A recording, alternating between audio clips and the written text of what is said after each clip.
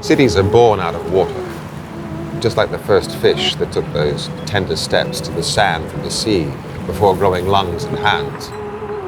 So did she, London town, swim down the flowing river and come to rest here on the banks of the Thames, before blooming like a flower. And this is where her roots are anchored, here at London Bridge. This is where we first spanned the Thames, built railways, founded a hospital, sold fruit and veg. London Bridge has always been the first to amaze and astound the people of London. And even today, she refuses to do anything less. London Bridge did indeed fall down, but only because we pulled it. And well we might when faced with the sight of 1,000 bearded barbarians, vicious Vikings trying to take our city. And while quite the pity, it saved our skins and London survived, bigger and bolder than ever. And just as they say you can't keep a good man down, the bridge was rebuilt again and again. The latest has held its ground since '73. The oldest and best for the newest and freshest produce. Borough Market has been whetting the appetites of hungry Londoners for 1,000 years. The market still prides itself on exceptional produce, farm-reared, freshly caught, and sold with knowledge and pride. Chaucer and Keats have wandered these streets, and George Orwell himself, pinched and penniless, wrote his heartbreaking story of poverty, down and out in Paris and London, in a doss house on Tooley Street. Today, artists and thinkers and builders and dreamers still flock to London Bridge. Alex Monroe and Zandra Rowe call this place home. 150 years ago, Hayes Wharf was London's oldest and busiest Thameside dock. Clippers and cruisers from all over the world filled the larders of London. Cotton cloth, three-toed sloths, canaries, canoes, leather and shoes, perfumes and spices, naan bread and rices, umbrellas and macks, candle wax, and stacks of anything you could imagine from any corner of the globe came through the wharf. More than 80% of London's dry goods, until the Blitz blew it to bits. Then came the 80s when development picked up the wharf by its bootstraps, dusted it down, and built it back up into a buzzing hub of shops, offices, and restaurants.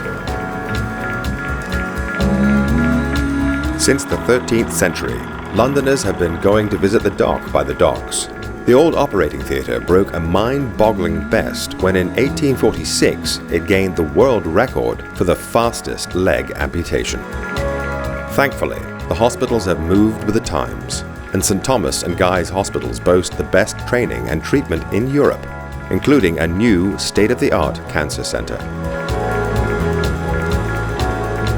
180 years old, with 130 million people passing through it a year, London Bridge Station is the in and out of the capital, and soon it'll be one of the brightest and best stations in the whole of the UK.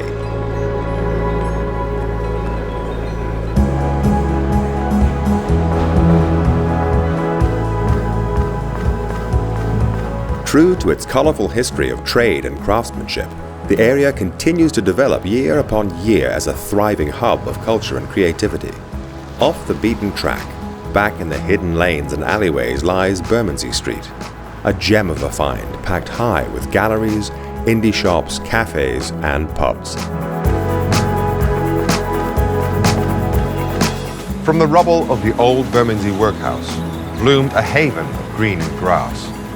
First of many parks and public spaces that dapple the streets and bring a welcome pocket of peace to a bustling populace.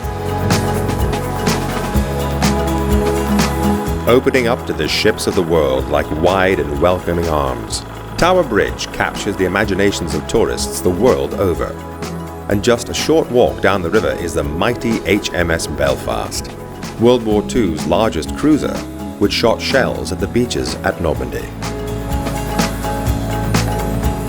And here we are, London Bridge today, where they used to display the heads of those who threatened the state, heads of government now sit. The Mayor of London is just one of 60,000 people who work in London Bridge daily. The commercial dynamism of London Bridge City and the Shard was played out on the same stage centuries ago.